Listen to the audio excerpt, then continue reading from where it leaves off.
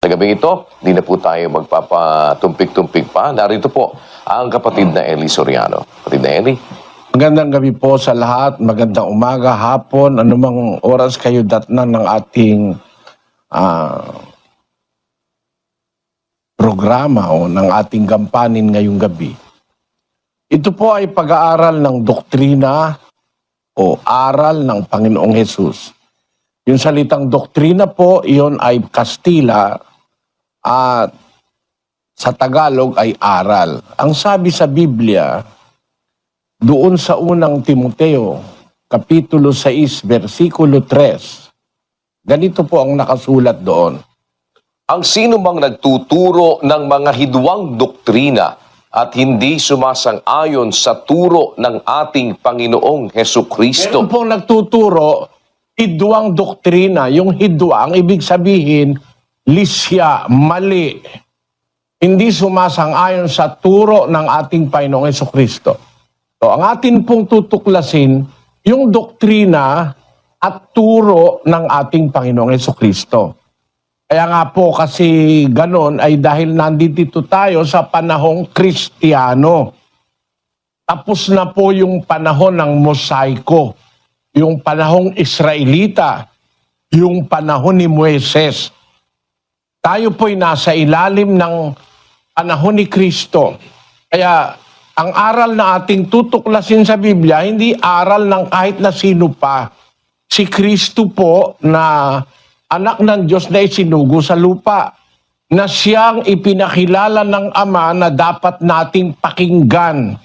17:5 ng Mateo, ganito po ang nakasulat. Samantalang nagsasalita pa siya, narito ang isang maningning na alapaap ay lumilim sa kanila. At narito ang isang tinig na mula sa alapaap na nagsasabi, ito ang sinisinta kong anak na siya kong kinalulugdan. Siya ang inyong pakinggan. Maliwanag po, ang tinig na nanggaling sa langit, narinig ng mga alagad, ito ang sinisinta kong anak na siya kung kinalulugdan, siya ang inyong pakikinggan. Kaya po sa relihiyon, mga kapatid, kung tayo makikinig ng aral, dapat kay Kristo tayo makinig. Ang problema natin sa ating panahon, may nakikinig kung kani-kanino. Ang rekomendasyon ng Ama, napakaliwanag. Ito ang sinisinta kong anak, siya pakikinggan nyo. Yun po ang aming anyaya sa inyo, mga kababayan. Magsuri po muna tayo bago natin desisyonan kung tayo ba'y mananatili sa ating samahan, sa relihiyong Katoliko, sa Iglesia ni Cristo ni Manalo, o sa Baptist, o sa born again. Nasa sa inyo po yun, wala namang pwedeng mamilit sa atin. Pero inyo-offer po namin sa inyong pag-aaral na ito, ang pag-aaralan natin, doktrina ni Kristo. Bakit po? Basahin natin ang 4 ng Judas. Ito po ang nakasulat.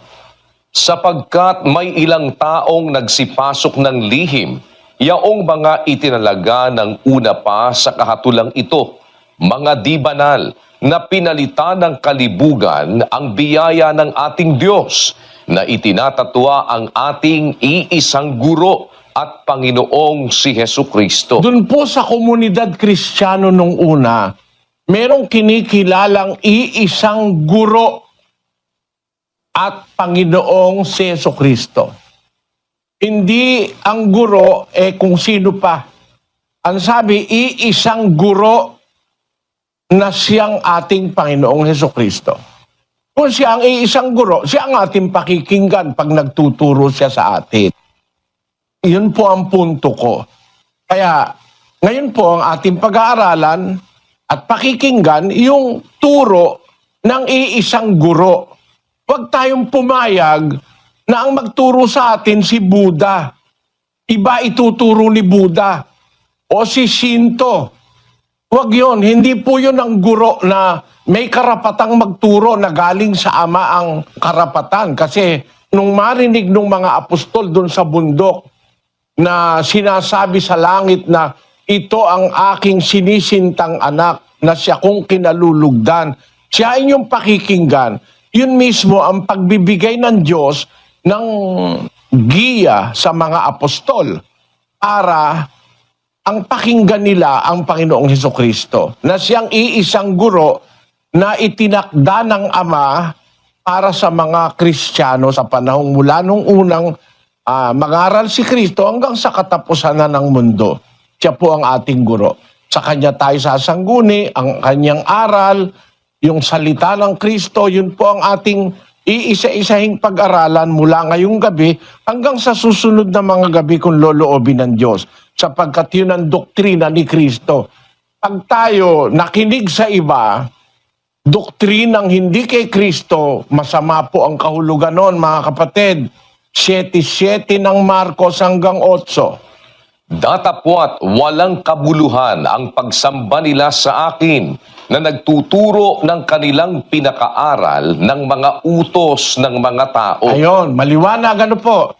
Walang kabuluhan ang pagsamba nila sa akin, sabi ng Panginoon, na nagtuturo ng kanilang pinakaaral ng mga utos ng mga tao. Ano ngayon ang nangyari sa 8? Nilisan ninyo ang utos ng Diyos at inyong pinanghahawakan ang salit-saling sabi ng mga tao. Yan po ang masama niyan na lisanin natin, humiwalay tayo sa utos ng Diyos at ang panghawakan natin yung salit-saling sabi ng mga tao. Kaya nga, sabi ni Kristo, walang kabuluhan ang pagsamba nila sa akin. Sumamba man tayo, mag-abuloy man tayo, bigay man natin lahat ng ating kayamanan. Pero ang ating sinusunod pala, utos ng mga tao, doktrina ng mga tao, walang kabuluhan ang ating ginagawa. Kaya sa relihiyon, mga kababayan, ang relihiyon po, hindi nakukuha yan sa parang paano-ano lang, yung parang reckless tayo. Ang relihiyon, we have to take religion and we have to practice religion as seriously as it must be.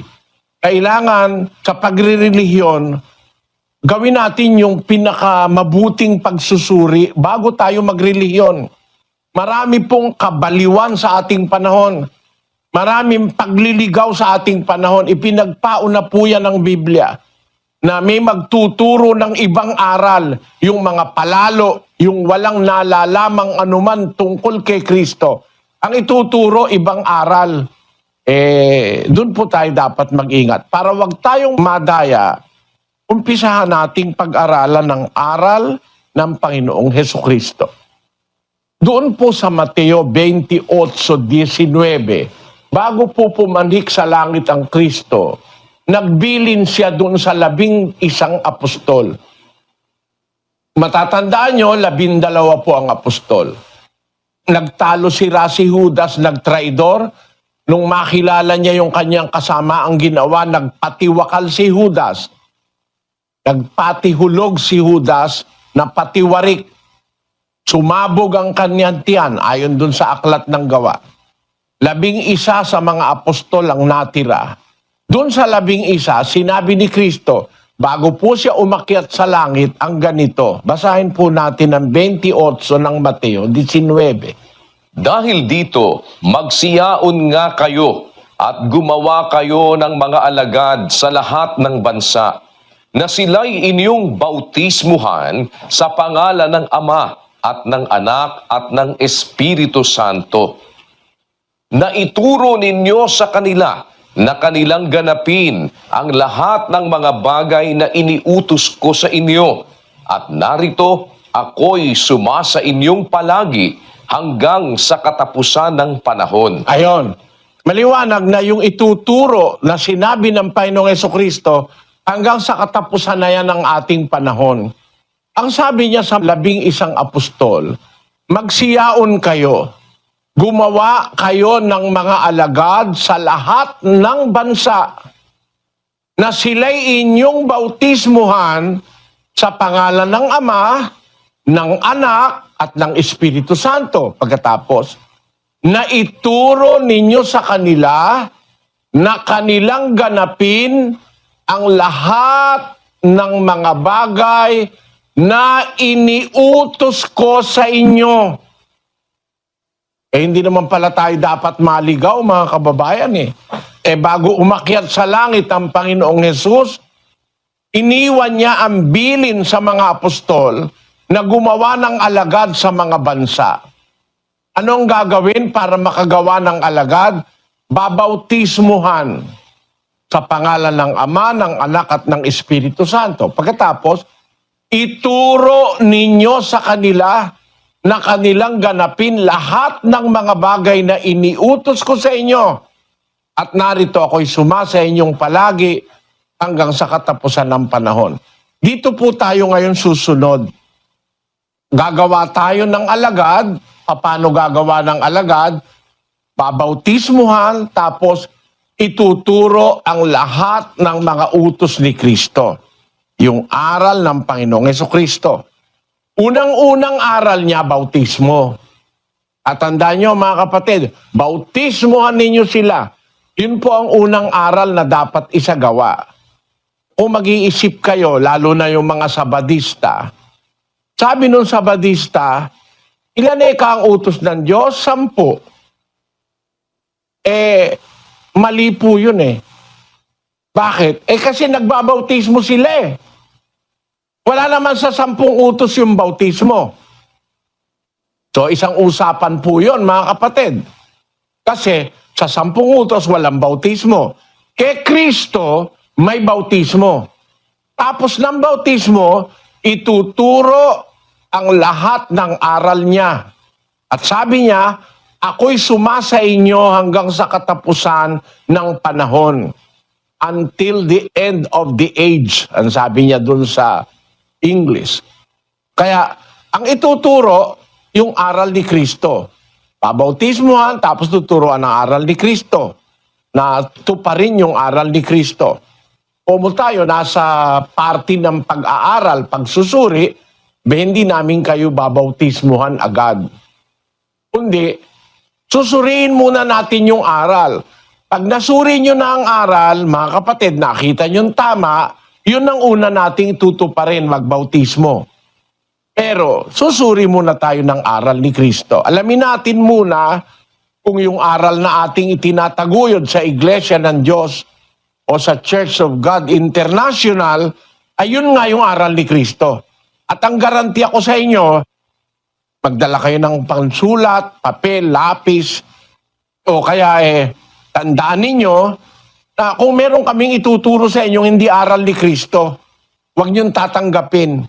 Ang tanggapin niyo lang yung aral ni Kristo. At yung aral ni Kristo, nakasulat po sa Biblia yon.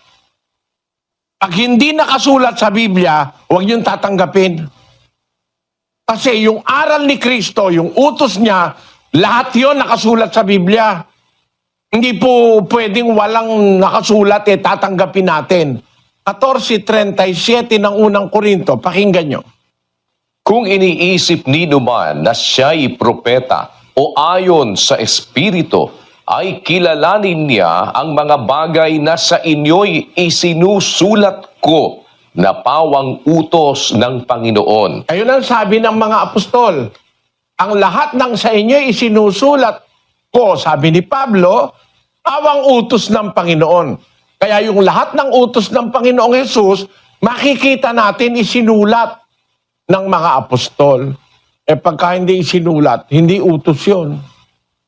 Kasi sabi niya, liwanag ang mga bagay na sa inyo isinusulat ko, pawang utos ng Panginoon. Yung salitang pawang sa Tagalog, ang ibig sabihin nun, lahat, bawat isa na itinusulat ko, pawang utos ng Panginoon. Pagka kayo tuturuan, wala sa nakasulat, magduda na kayo agad mga kababayan. Pag wala sa nakasulat, halimbawa, bibigyan ko po kayo ng halimbawa, hindi nakasulat na ang bagong Jerusalem sa Davao. Wala yun. Hindi nakasulat na ang Diyos, yung kanyang trono, aalisin niya sa langit, dadalhin niya sa Davao.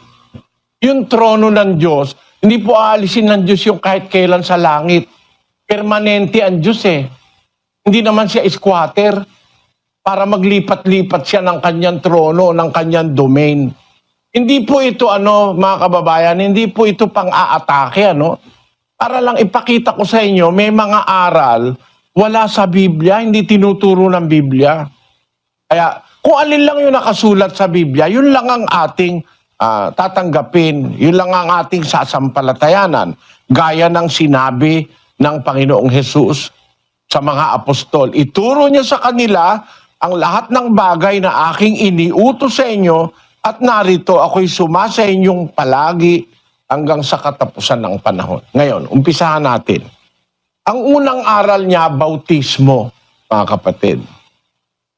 Anong katunayan ang unang aral ni Kristo sa isang dating hindi mananampalataya? Pero pag nakinig sa Kanya at sumunod sa Kanya, ang unang aral ay bautismo. Alam nyo, si Pablo, yung Apostol Pablong pinag-uusapan sa mga relihiyon, yan po, hindi dating Kristiyano yan. Yan po ay miyembro ng Judaismo, si Apostol Pablo. Basahin natin ang 1.13 ng Galacia. Sapagkat inyong nabalitaan ang aking pamumuhay ng nakaraang panahon sa relihiyon ng mga Hudyo, kung paanong aking inuusig na malabis at nilipol ang iglesia ng Diyos. Nung nasa panahon na siya'y nasa relihiyon ng mga Hudyo, ang ginagawa ni Pablo, inuusig niya yung iglesyang itinayo ni Kristo. Inuusig ko ikang malabis at nililipol ang iglesia ng Diyos. Sabi ni Pablo. Ngayon, mula sa relihiyon ng mga Hudyo, tinawag siya ng Panginoong Hesus. Nung tawagin siya, ang unang-unang sinabi kay Pablo, 22:16 ng Gawa. Pakinggan nyo. At ngayon, bakit ka tumitigil? Magtindig ka, at ikaw ay magbautismo, at hugasan mo ang iyong mga kasalanan na tumatawag sa kaniyang pangalan. Ang unang-unang ipinapasunod po kay Pablo, nung matawag na siya bilang isang kaanib sa iglesia, ang sabi po ni Ananias sa kanya, bakit ka nagtitigil? Magtindig ka, ikaw ay magbautismo at hugasan mo ang iyong mga kasalanan na tumatawag sa kanyang pangalan. Ang unang utos na ipinapatupad ng Diyos kay Pablo nung siya'y umalis sa Judaismo at tinawag siya ng Diyos, magtindig ka, magbautismo ka sa pangalan ni Jesucristo. Sabi ng Biblia, hugasan mo ang iyong mga kasalanan na tumatawag sa kanyang pangalan. So, ito po ang patunay na ang unang utos ay bautismo para maging kaanib sa iglesia ng Diyos. Kasi pagkatapos na mabautismuhan, si Pablo ay naging kaanib sa iglesia ng Diyos. Pakinggan nyo ang 1:2 ng unang Korinto. Si Pablo, na tinawag na maging apostol ni Hesukristo sa pamamagitan ng kalooban ng Diyos, at si Sostenes na ating kapatid, sa iglesia ng Diyos na nasa Korinto, sa makatwid bagay sa mga pinapaging banal kay Kristo Jesus, na tinawag na mga banal na kasama ng lahat ng mga nagsisitawag sa bawat dako sa pangalan ng ating Panginoong Hesukristo na kanila at ating Panginoon. Ayun, maliwanag po si Pablo, dati nasa relihiyon ng mga Hudyo, nasa Judaismo. Inuusig niya ang iglesia ng Diyos. Kung natatandaan niyo yung Galacia 1:13, aking nilipol at inuusig na malabis ang iglesia ng Diyos. Yung iglesia ng Diyos na ipinangangaral ni Kristo at mga naunang apostol, yung inuusig niyang iglesia, doon siya tinawag. Nung tawagin siya, ang unang sinabi sa kanya, magtindig ka, magbautismo ka, ugasan mo ang iyong kasalanan. Kaya yun ang unang-unang aral na ipinatanggap kay Pablo para siya maging kaanib naman ng iglesia ng Diyos. Kaya nung bandang huli, sabi niya, si Pablo, tinawag na apostol ni Jesucristo, siya may sabi nun, sulat niya ito sa pamamagitan ng kalooban ng Diyos at si Sostenes na ating kapatid sa Iglesia ng Diyos. Nagtuturo na ngayon siya sa Iglesia ng Diyos. Kaya mula sa Judaismo na inuusig niya ang Iglesia ng Diyos, naging kaanib si Pablo sa Iglesia ng Diyos na kanyang inuusig. Ang katunayan noon, dun sa Galacia 1:22, basahin po natin. At hindi pa ako nakikilala sa mukha ng mga iglesia ng Judea na pawang kay Kristo, kundi ang kanila lamang naririnig na pinag-uusapan ay yaong umuusig sa atin ng una, ngayoy nangangaral ng pananampalataya na ng ibang panahon ay kanyang sinisira. Ang ganda ng istorya, no? Sabi ng mga unang Kristiyano, yung umuusig sa atin ng una. Ngayon, ipinangangaral niya ang pananampalataya na sa ibang panahon ay kanyang sinisira. Kaya, nung nasa relihiyon siya ng mga Hudyo, inuusig niya ang Iglesia ng Diyos. Nung tawagin siya ni Kristo, naging kaanib siya dun sa Iglesia ng Diyos. Ang usapan ngayon ng mga miyembro sa Iglesia dun sa Judea, ang sabi, yun ikang umuusig sa atin ng una. Ngayon nangangaral ng pananampalataya na ng ibang panahon ay kanyang sinisira. Ang liwanag Ang inuusig ni Pablo, Iglesia ng Diyos, yung inuusig niyang Iglesia ng Diyos, doon siya naani bandang huli. Ayun. Kaya, ang unang-unang ginanap ni Pablong aral ay magpabautismo, mga kapatid. Pero hindi po namin ipapaganap sa inyo ngayon yan. Magsuri muna po kayo kung kailangan ba na magpabautismo kayo o umanib sa iglesia. Kasi yun pong pagbabautismo, yun ang formal na pag-anib sa iglesia sa Biblia. Gaya ni Pablo, na dating miyembro ng Judaismo, umanib sa iglesia ng Diyos, unang-unang ginawa niya magbautismo. Yung kasi ang sabi ni Kristo, gumawa kayo ng alagad sa mga bansa, bautismoan nyo sila, pagkatapos turuan nyo silang ganapin ang lahat ng iniuutos ko sa inyo. Maliwanag na ang bautismo ang pangunahing aral para linisin ang kasalanan ng isang taong kagaya ni Apostol Pablo, na nang una ay nang uusig sa iglesia, nung tawagin ay binautismuhan sa iglesia para maging kaanib sa iglesia. Maaring itanong ng kahit na sino, bakit? Kailangan ba ang pag-anib sa iglesia ng Diyos, mga kapatid? Kailangan ba yon? Basahin natin ang 2:41 ng Gawa. Yaon ngang nagsitanggap ng kaniyang salita ay nangabautismuhan at nangaparagdag sa kanila ng araw na yaon ang may 3,000 kaluluwa. Lahat ng tumatanggap ng aral, ng salita ng Diyos, na ipinangangaral ng mga apostol, binabautismuhan po. Kaya, para maging kaanib sa iglesyang totoo, unang-unang ginaganap ay pagbabautismo. At yung mga ngaral ng mga apostol, yung anwikang mga nagsitanggap ng salita, nabautismuhan. Nabautismuhan para ano? 2:46. At araw-araw sila'y nagsisipanatiling matibay sa pagkakaisa sa templo at sa pagpuputol-putol ng tinapay sa bahay-bahay at nagsisikain sila ng kanilang pagkain na may galak at may katapatan ng puso, na nangagpupuri sa Diyos at nangagtatamo ng paglingap ng buong bayan at idinaragdag sa kanila ng Panginoon araw-araw yaong nangaliligtas. Ayon. Yung palang mga nagsisitanggap ng salita, nagpupuri sa Diyos. Idinaragdag sa kanila ng Panginoon araw-araw. Sa ibang salin po, idinaragdag sa iglesia araw-araw yaong nangaliligtas. Basahin natin sa English, kapatid na Daniel.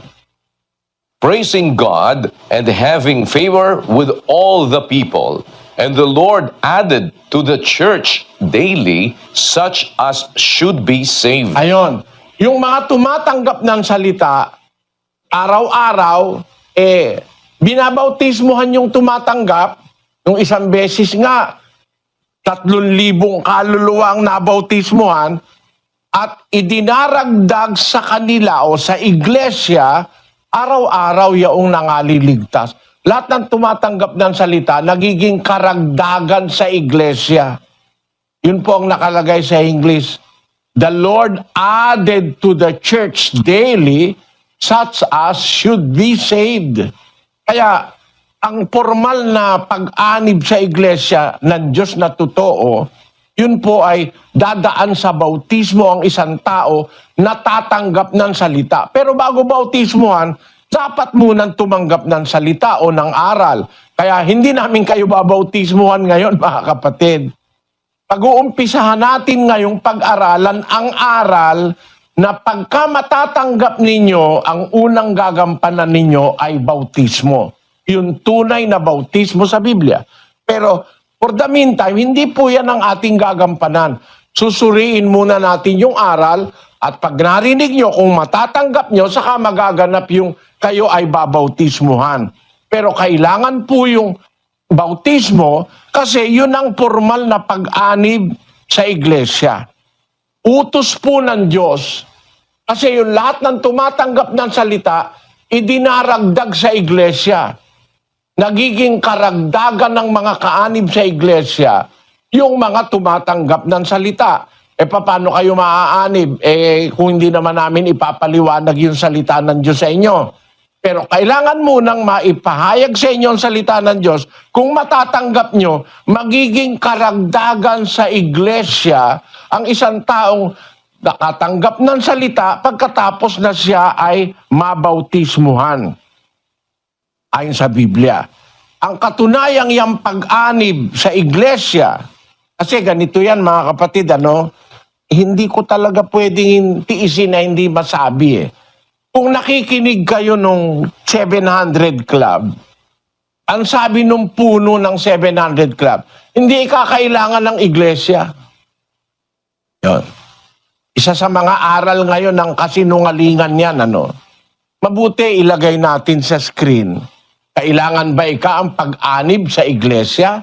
Ang sabi ni Pat Robertson, eto, basahin natin ito, kapatid na Luz. Ito po ang sagot ni Pat Robertson, salin sa Pilipino ng The Answer, 100 Questions Filipino Ask, page 58 to 59. Kailangan ba akong sumapi sa iglesia para maligtas? Para maligtas, kailangang tanggapin si Jesus bilang Panginoon at tagapagligtas. Walang ibang paraan. Ang pagpasok sa iglesia ay hindi makapagliligtas. Hindi pala makapagliligtas ang pagpasok sa iglesia. Bakit si Kristo nagtayo ng iglesia? Hindi ba dapat nag-iisip din tayo, mga kababayan? Wala palang kwenta ang iglesia, hindi pala kailangan sumapi. Bakit tinayo ni Kristo ang iglesia? Yun ang hindi sinasabi ni Pat Robertson. Isang napakalaking issue ito na nagpapakita ng pagliligaw ng mga taong walang pagtitiwala sa Diyos. Sabi ng Biblia, ang Diyos nagtayo ng iglesia. Ibig sabihin, nagtayo ang Diyos ng iglesia para itakwil mo lang, wag mo lang pansinin, wala palang kwenta, ganon. Ganon ba ang Diyos ni Pat Robertson? Walang logic. Tatayo ka ng iglesia, tapos di naman pala kailangan. Para kang bumili lang isang estatwa, nilagay mo sa gitna ng sala, hindi naman pala kailangan, istorbo lang. Hindi po ganon. Sa Biblia, kaya itinayo ang iglesia para aniban ng tao. Na ang tao'y sumapi sa iglesia. Utos po ng Diyos yun. 3:6 ng Efeso. Pakinggan nyo. Na ang mga hentil ay mga tagapagmana at mga kasangkap ng katawan. Kita nyo? Salita ng Diyos ito. Yung mga hentil, kagaya natin, ang hentil po sa Biblia, lahat ng bansa labas ng Israel. Lahat ng bansa labas noong mga inakay ni Moises, tinatawag na mga hentil. Kaya ang Pilipino, Amerikano, Hapon, tayong lahat ngayon, mga hintil tayo. Gentiles ang tawag. Kasi hindi tayo kabilang doon sa Israelites. Ngayon, ang mga hintil ang wika, tagapagmana, mga kasangkap ng katawan. Alamin natin, alin ba yung katawan na sasangkapan ng mga hintil? Alin yung katawan? Colosas 1:18. At siya ang ulo ng katawan sa makatwid bagay ng iglesia. Ayan, si Kristo ang ulo ng katawan sa makatwid bagay ng iglesia. Yung katawan, mga kapatid, yun po ang iglesia na itinuturo sa Biblia. Yung iglesia ang tinuturo sa Biblia, dapat tayong mga hintil maging sangkap noon, maging members. Kung babasahin natin sa English, kapatid na Daniel. That is how the Gentiles are fellow heirs, members of the same body, and partakers of the promise in Christ Jesus through the gospel. Ang liwaliwanag, ang mga hintil, the Gentiles are fellow heirs, tagapagmana, members o kasangkap ng katawan, members of the same body. Alam na natin yung katawan, yun ang iglesia. Ang mga hintil ay tagapagmana, kasangkap ng iglesia. May bahagi sa pangako na kay Kristo Jesus sa pamamagitan ng Ebanghelyo. Maliwanag kung gayon, mga kababayan, na ang pag-anib sa iglesia, kalooban ng Diyos, magiging sangkap tayo ng katawan o ng iglesia. Hindi natin pwedeng sabihin na ang kailangan ko lang si Kristo. Eh si Kristo nga ang nagturo ng iglesia eh. Tapos, ayaw mong tanggapin ngayon yung iglesia ang tinuro niya. Anong kahulugan nun? Si Kristo lang kailangan mo, yung iglesia hindi. Eh si Kristo nagturo ng iglesia eh. Kundi ka ba naman ano? Wala ka bang utak? Siya nagturo ng iglesia, tatanggapin mo siya, ayaw mo ng iglesia, ay siya nagturo nun. 12:48 ng Juan. Ang nagtatakwil sa akin at hindi tumatanggap sa aking mga pananalita ay mayroong isang hahatol sa kanya. Ang salitang aking sinalita ay siyang sa kanya'y hahatol sa huling araw. Ang sabi ng Panginoong Hesus, ang nagtatakwil sa akin, hindi tumatanggap ng aking mga pananalita, eh hahatulan siya nung salitang sinalita ko sa huling araw. Tamo yan. Pagka pala hindi mo tinanggap yung salita, tinatakwil mo yung nagsalita. Ang liwanag, tandaan niyo mga kababayan, ang nagtatakwil sa akin, hindi tumatanggap sa aking mga pananalita. Eh pagka pala sinasabi mo, tinatanggap mo si Kristo. Ayaw mo naman yung salita ni Kristo. Eh tinatakwil mo si Kristo. Isipin nyo mga kababayan. Pagka sinabi mo na tinatanggap mo si Kristo, eh tinatakwil mo naman yung salita ni Kristo. Eh paano yun? Eh tinatakwil mo si Kristo. Ang kailangan lang daw si Kristo, hindi kailangan na iglesia. Kailangan nga eh. Turo nga ni Kristo yung iglesia, no? Ang pagtanggap kay Kristo, tanggapin mo yung salita niya. At pag tinanggap mo yung salita niya, kasama sa itinuro niya ang iglesia. May iglesia siyang itinuro. At yun ang iglesia ng Diyos na nasa Biblia. Kung tatanggapin mo siya, tatanggapin mo yung salita niya, yung itinuro niya. Isa doon ay ang iglesia. At kailangang umanib ka doon sa iglesia na itinuro niya. Hindi ko sinasabi yung mga hindi nakarinig, hindi ko sinasabi yung nasa bundok, hindi ko sinasabi yung mga namatay nung araw na wala pang imprenta ang Biblia. May hustisya ang Diyos para sa kanila. May awa ang Diyos para sa kanila. Pero yung mga nakakarinig ng aral, may aral tayo naririnig, isa sa bahagi ng aral na yon ay ang pagtanggap sa iglesia na itinuro ni Kristo. Basahin po natin ang 12:9 ng Roma. Ang pag-ibig ay maging walang pagpapaimbabaw. Kapuotan ninyo ang masama makisanib kayo sa mabuti. Ayon, ang sabi ng salita ng Diyos, kapuotan ninyo ang masama, makisanib kayo sa mabuti. Yung palang pagsanib, utos pala yon mga kababayan, yung pagsanib. Kapuotan ninyo ang masama, makisanib kayo sa mabuti. Pagkasasabihin mo, hindi na kailangang umanib. Kung naiintindihan mo kasi, sasabihin mo, tanggapin si Kristo. Tapos ayaw mo namang ipatanggap yung iglesyang itinayo ni Kristo. Sabi mo, tanggapin si Kristo. Ang pagtanggap kay Kristo, tanggapin mo yung salita niya. Isa sa mga itinuro niyang aral, ang iglesia. Kaya nga siya nagtayo ng iglesia. Ano ba naman nagtayo ng iglesia pagkatapos sasabihin niya, hindi mo na kailangan yan. Na sabi mo, tanggapin ko si Kristo. Ang aral ni Kristo ay nagtayo siya ng iglesia. Tapos si Kristo pa ang puno sa iglesia. Pagkatas ayaw mo. Basahin natin ang 5 ng Epeso 23. Sapagkat ang lalaki ay pangulo ng kanyang asawa, gaya naman ni Kristo na pangulo ng iglesia, na siya rin ang tagapagligtas ng katawan. Si Kristo pala pang ulo ng iglesia. Ayaw mong tanggapin ngayon. Ano ka? Di antikristo ka. Antikristong maliwanag yung ayaw tumanggap sa iglesia na itinuro ni Kristo. Kasi siya ang pangulo nun Siya ang pangulo ng katawan sa makatwid ng iglesia. Si Kristo, pangulo ng iglesia. Ayaw mo ng iglesia. Kaya mga kababayan, sana maintindihan po ninyo ang punto ko na ang iglesia, isang entity o isang institusyong itinatag ng Panginoong Hesus para ang tao umanib. Ang sabi, ang pag-ibig ay maging walang pagpapaimbabaw. Sabi ng Biblia, kapuotan ninyo ang masama, makisanib kayo sa mabuti. Yung pong pag-anib sa mabuti na itinuro ni Kristo, aral po ng Diyos yun.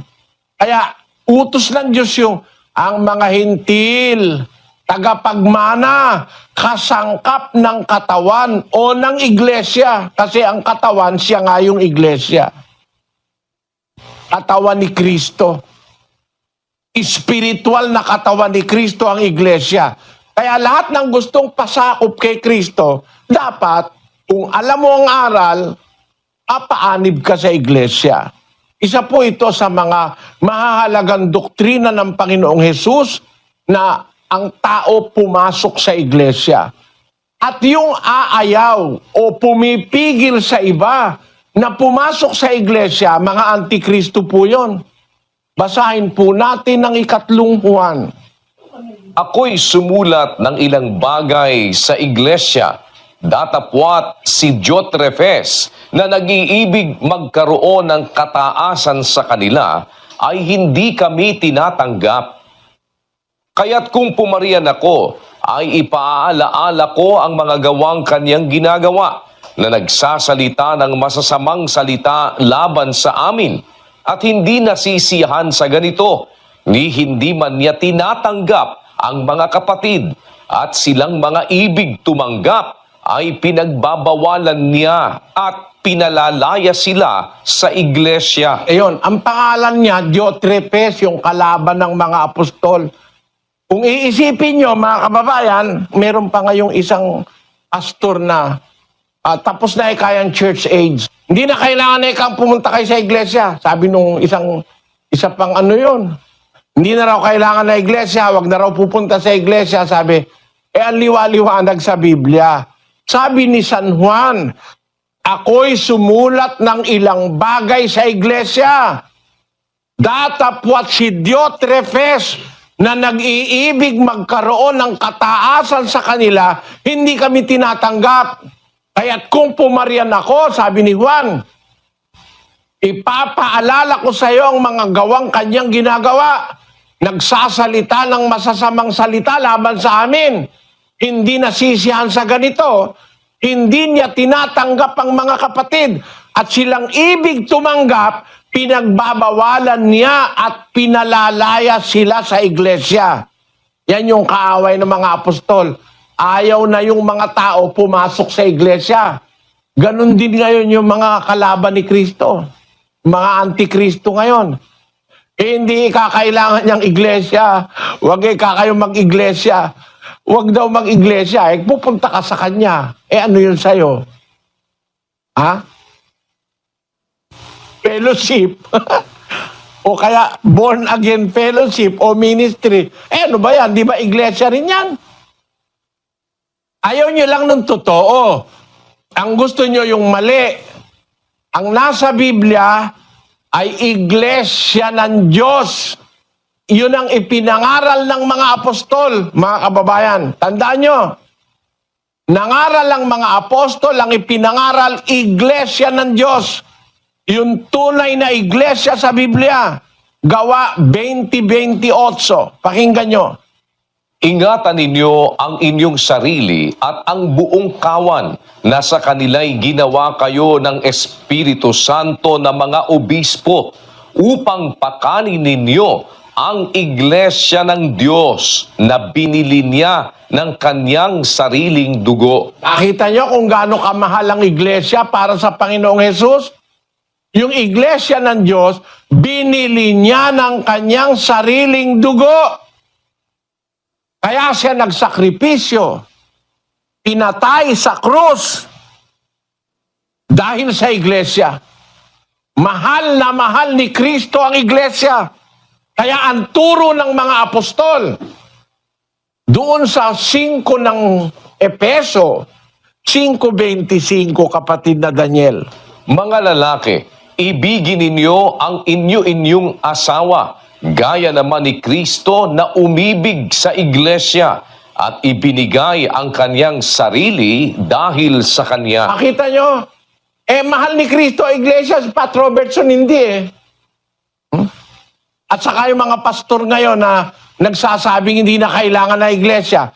Ang iglesia para kay Kristo, hanggang sa walang hanggan ng iglesia. Yung iglesia sa Biblia, walang wakasyon.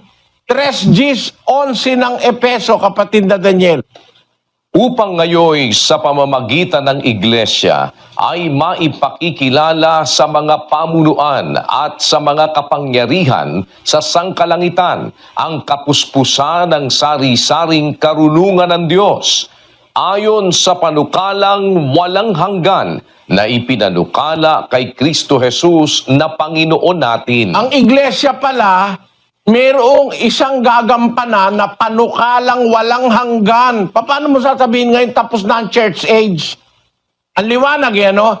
Upang ngayon, sa pamamagitan ng iglesia, maipakilala sa mga pamunuan at sa mga kapangyarihan sa sangkalangitan ang karunungan ng Diyos.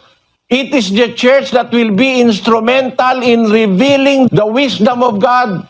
Ang iglesia, ang kakasangkapanin ng Diyos para maipangaral ang karunungan ng Diyos ayon sa panukalang walang hanggan. Tapos na ang church age.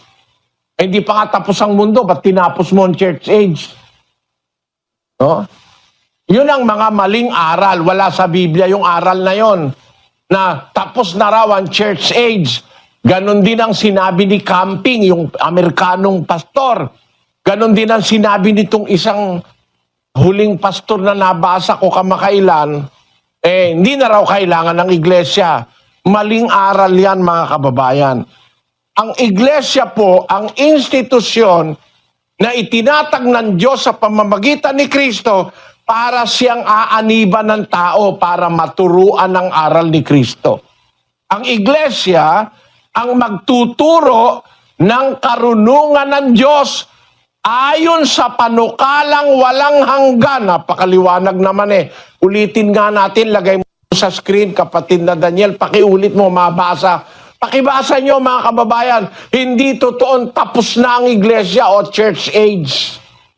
Upang ngayon sa pamamagitan ng iglesia ay maipakikilala sa mga pamunuan at sa mga kapangyarihan sa sangkalangitan ang kapuspusan ng sari-saring karunungan ng Diyos ayon sa panukalang walang hanggan na ipinanukala kay Kristo Jesus na Panginoon natin. Panukalang walang hanggan niyang ang iglesia ay gagamitin ng Diyos para ipakilala ang karunungan ng Diyos. Huwag kayong magagalit mga kababayan, no? Pinapakita ko lang kasi ito ang paraan ng Diyos sa pag-aaral ng salita ng Diyos eh. Ikukumpara mo yung tama dun sa sinasabi ng mga mali sa isang talata ng Ecclesiastes 7:27. Narito, ito'y aking nasumpungan, sabi ng mangangaral, na iniaagapay ang isang bagay sa iba upang matagpuan ang kadahilanan. Pag-aagapayanin mo para makita mo kung alin ba yung totoo. Yung isang bagay, iaagapay sa iba. You are going to compare one thing to another in order to discover the existence of that thing. Parang ganito, mga kababayan, ano? Halimbawa, Miss Universe. Talagang pinag-aagapay, pinagtatabi-tabi ang mga kandidata para makita kung sino pinakamaganda. Pinag-aagapay. Ganon din naman ang salita ng Diyos sa Biblia. Iaagapay mo yung isang bagay sa iba para makita mo, alin ba totoo? Kasi, tapos na raw ang church age. Hindi po totoo yun eh. Kasi, yung iglesia, ayon sa Biblia, ay panukala ng Diyos na ang iglesia ay tagapagpakilala ng karunungan ng Diyos ayon sa panukalang walang hanggan according to an eternal purpose which He purposed in Christ Jesus our Lord. Yung purpose ng iglesia na magpapakilala ng karunungan ng Diyos, eternal purpose yun. Para sabihin ngayon ng sino mang mangangaral na tapos na ang iglesia, hindi na kailangan ng iglesia, mga antikristo yan, mga kapatid. Unang-unang kailangan nating maganap kung tatanggapin natin ang salita ng Diyos na siya nating pag-aaralan sa mga araw na ito. Unang-unang dapat nating maganap matanggap natin yung iglesia ng Biblia. Yung iglesyang itinuro ng ating Panginoong Hesukristo. Yun po unang-una nating dapat na maganap. Ngayon, meron naman tayong masasalubong ngayon ng mga, para sa kanila, ang iglesia, di na kailangan. Magkumpara kayo. Sino kaya nagsasabi ng totoo? Baka kaya naman kasi, meron ng nauna na nakagamit ng iglesia, para lang maiba yung kanila, born again na lang tayo. Kaya nga kailangan nating diskubrin, pag-aralan itong mga aral na ito, mga kababayan. Kaya kami nag-aanyaya sa inyo na tayo ay mag-aral ng doktrina ni Kristo.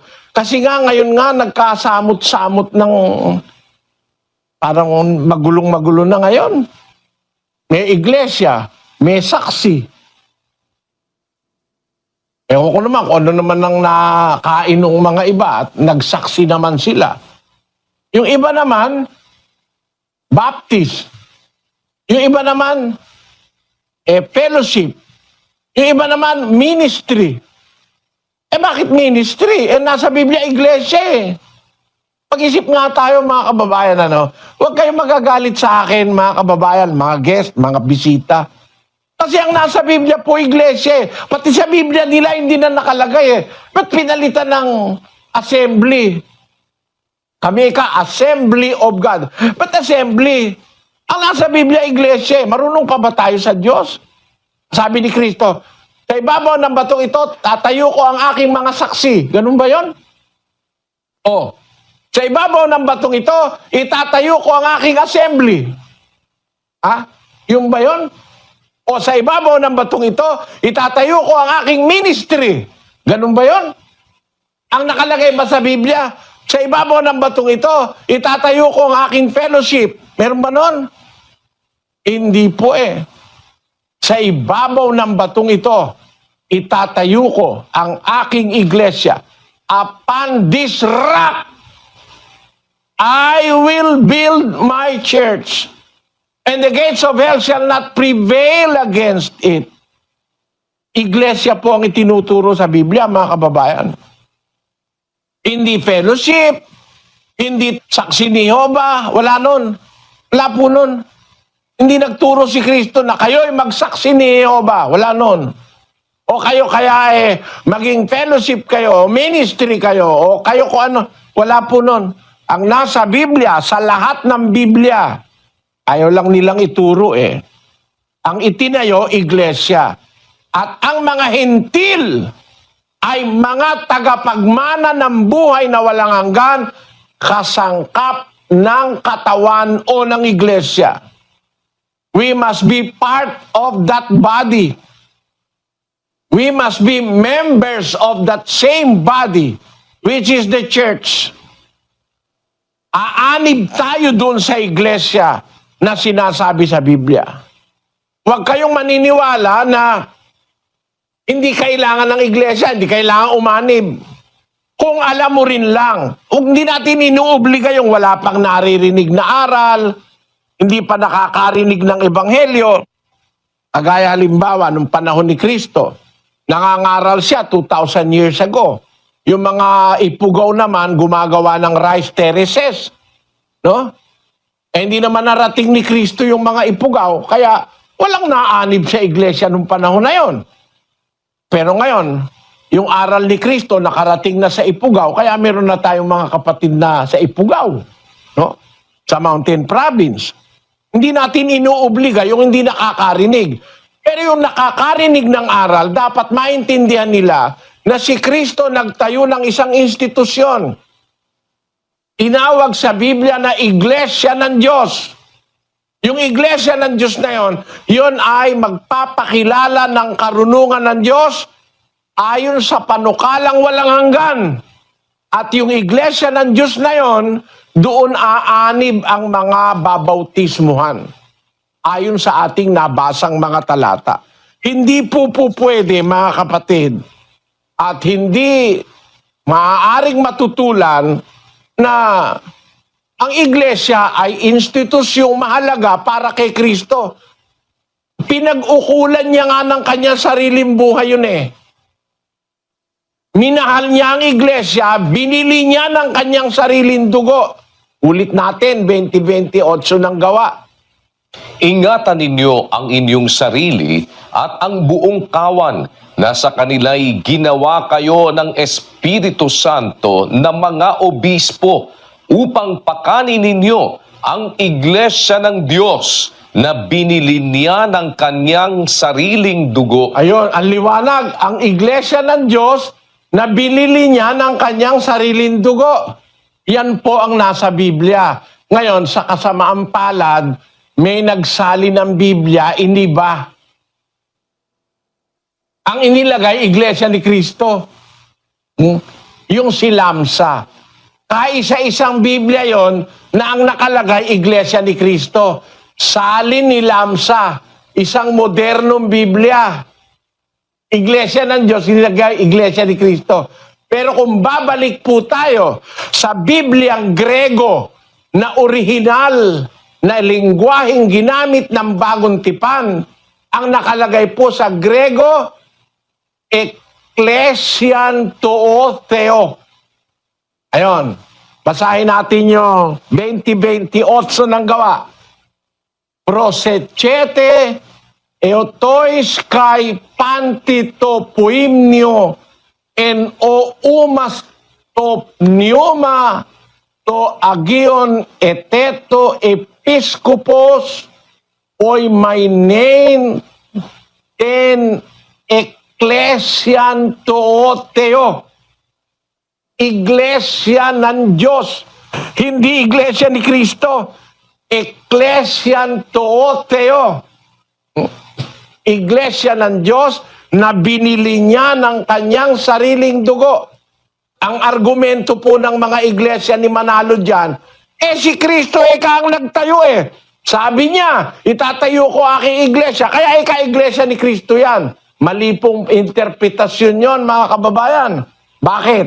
Pakinggan nyo Nung sabihin ni Kristo, itatayo ko ang aking iglesia, sarili niya ba yon? Itatayo niya? Basahin natin. 12:49 ng Juan.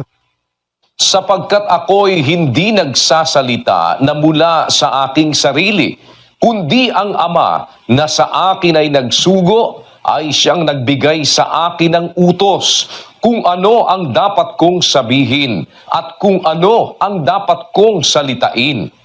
At nalalaman ko na ang kanyang utos ay buhay na walang hanggan.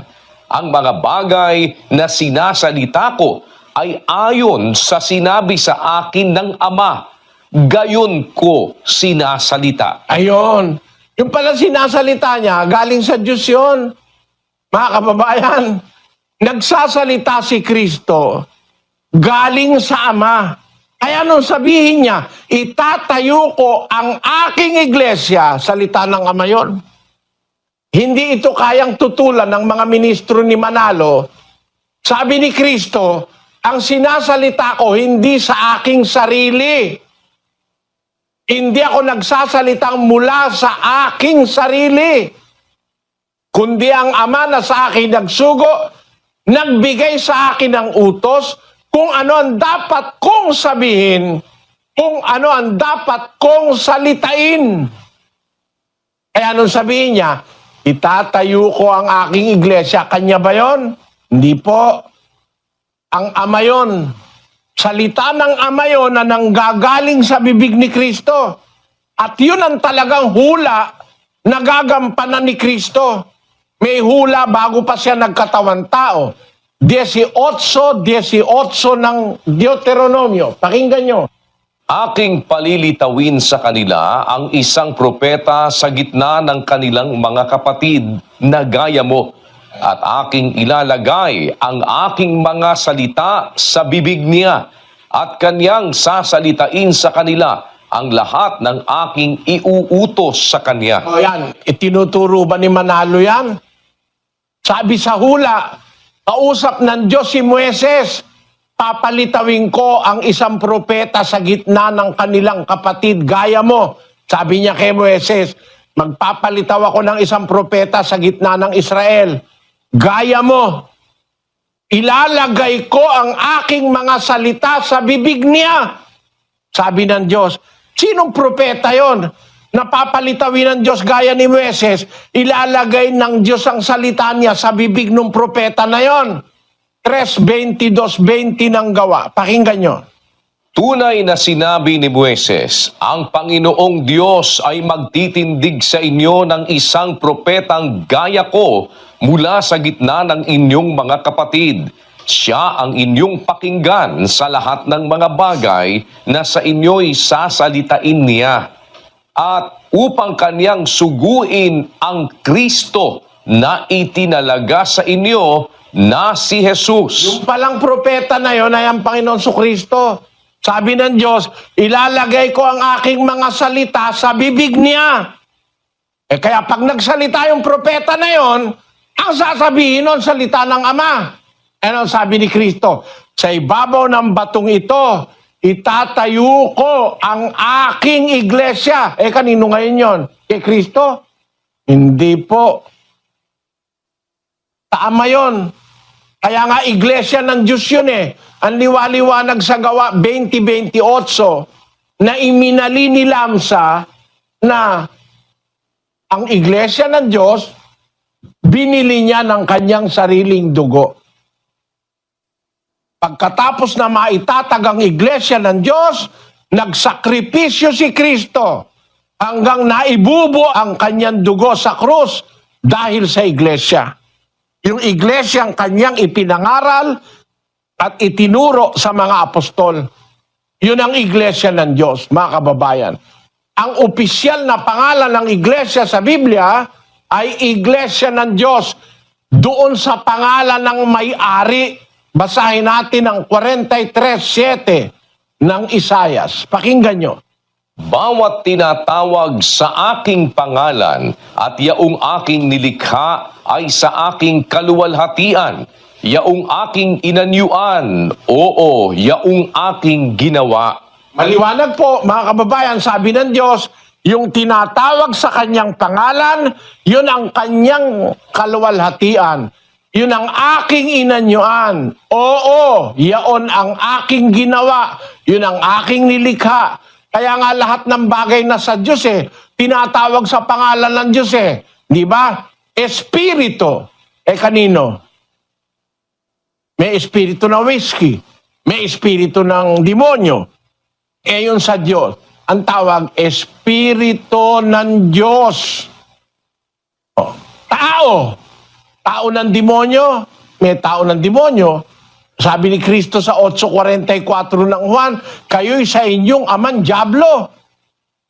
Meron namang tao sa Diyos naman. Tao ng Diyos. Nasa 3:17 ng 2 Timoteo. Ngayon, anghel ng Diyos. Lahat ng sa Diyos tinatawag Tao ng Diyos, Espiritu ng Diyos, Anghel ng Diyos, Kristo ng Diyos. Pati si Kristo, tinatawag Kristo ng Diyos 9:20, kapatid na Daniel. At sinabi niya sa kanila, datapwat, ano ang sabi ninyo kung sino ako? At pagsagot ni Pedro ay nagsabi, ang Kristo ng Diyos. Si Kristo, ang Kristo ng Diyos. Kaya lahat ng sa Diyos tinatawag sa kanyang pangalan. 9:19 ng Daniel. O Panginoon, dinggin mo. O Panginoon, patawarin mo. O Panginoon, iyong pakinggan at gawin. Huwag mong ipagpaliban, alang-alang sa iyong sarili, O Diyos ko, sapagkat ang iyong bayan at ang iyong mga tao ay tinatawag sa iyong pangalan. Ang tao ng Diyos, ang bayan ng Diyos, tinatawag sa kanyang pangalan. Maliwanag mga kababayan. Kaya pagdating sa iglesia, iglesia ng Diyos. Natural naman iglesia ng Diyos Tao ng Diyos, anghel ng Diyos, espiritu ng Diyos, Kristo ng Diyos, iglesia ng Diyos. Pagkatapos iglesia mo iglesia Wesleyana, iglesia Luteriana. Ba't nagkaganon? The Wesleyan Church. Ba't sa pangalan ni Wesley mo tinawag? Sabi sa Biblia, ang sa Diyos, tinatawag sa pangalan niya. Ano ngayon na ibig sabihin niyan? Lutheran ka. Hindi ka sa Diyos, kay Luther ka. Huwag kayong magagalit mga kababayan. No? Nag-aaral tayo lang ng totoo. Ang sa Diyos, tinatawag sa pangalan ng Diyos. Ang iglesia mo, Lutheran Church. Ang iglesia mo, Wesleyan Church. Ang iglesia mo, Four Square Church. Ang iglesia mo, Roman Catholic Church. Asan ang pangalan ng Diyos doon? Huwag kayong magagalit, mga kababayan. Huwag kayong magagalit. Sports lang. Huwag kayong magagalit. Ang pinag-aaralan natin, Biblia, kung talagang sa Diyos, ay tinatawag yan sa pangalan ng Diyos. Parang ikaw, alam ba, pangalan mo, Jose. Anak ni Jose, bahay ni Jose, lupa ni Jose, asawa ni Jose, kalabaw ni Jose, kabayo ni Jose, etc. Pagka yung anak ni Jose, tinawag mong anak ni Juan, masama ibig sabihin nasa lisihan si Jose.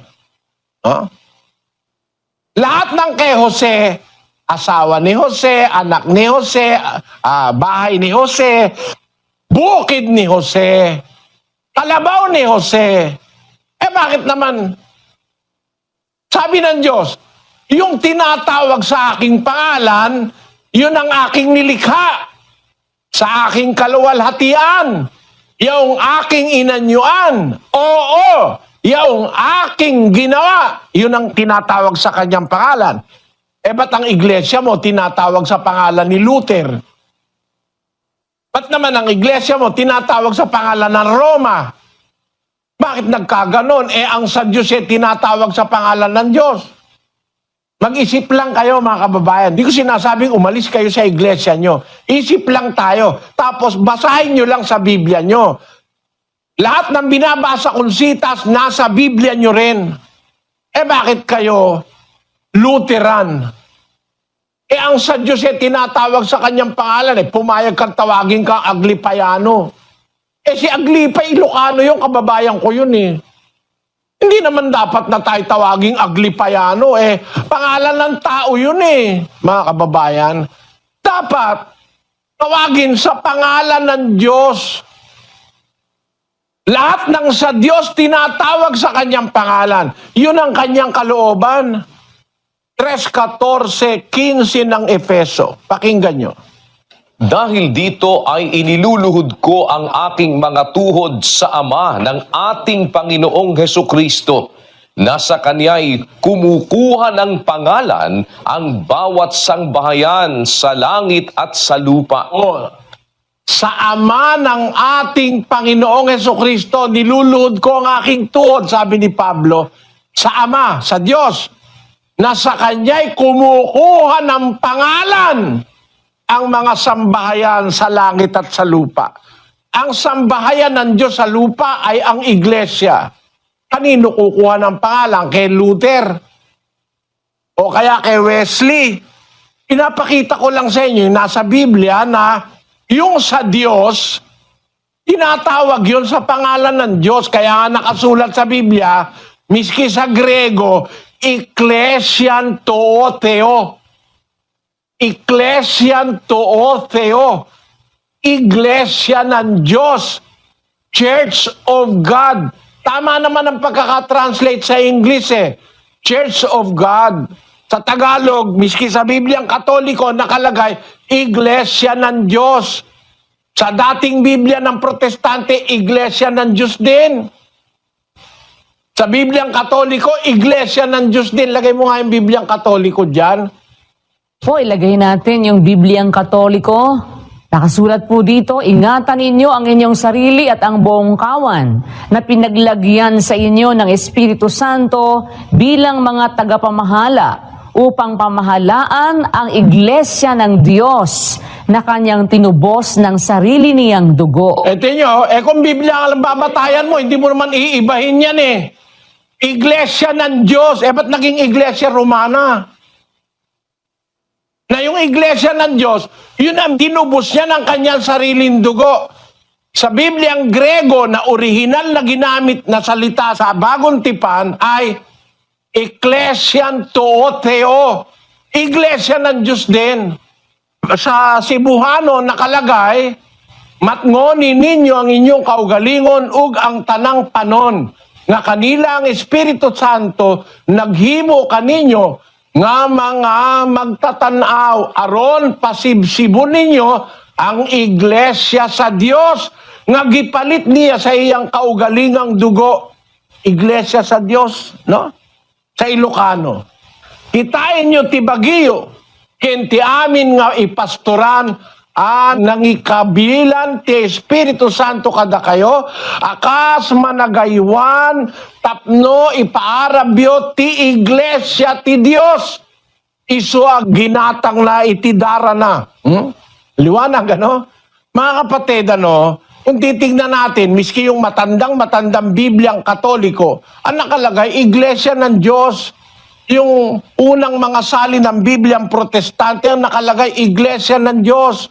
At yun naman talagang nasa Greek original language, Ecclesian to Theo. Kaya, mayroong iglesia talaga mga kapatid sa Biblia. Binili ng Kristo ng kanyang sariling dugo. Pakatapos ngayon, sasabihin mo, di na kailangan ng iglesia. Kailangan po yan. Ang unang-unang isang dapat nating maintindihan, kagaya ni Pablo, galing sa relihiyon ng mga Hudyo, sa Judaismo, nang tawagin siya ng Panginoong Hesus, naanib siya sa iglesia ng Diyos. Kaya inililiwanag po namin sa inyo, alin ba ang aral na dapat nating unang maintindihan?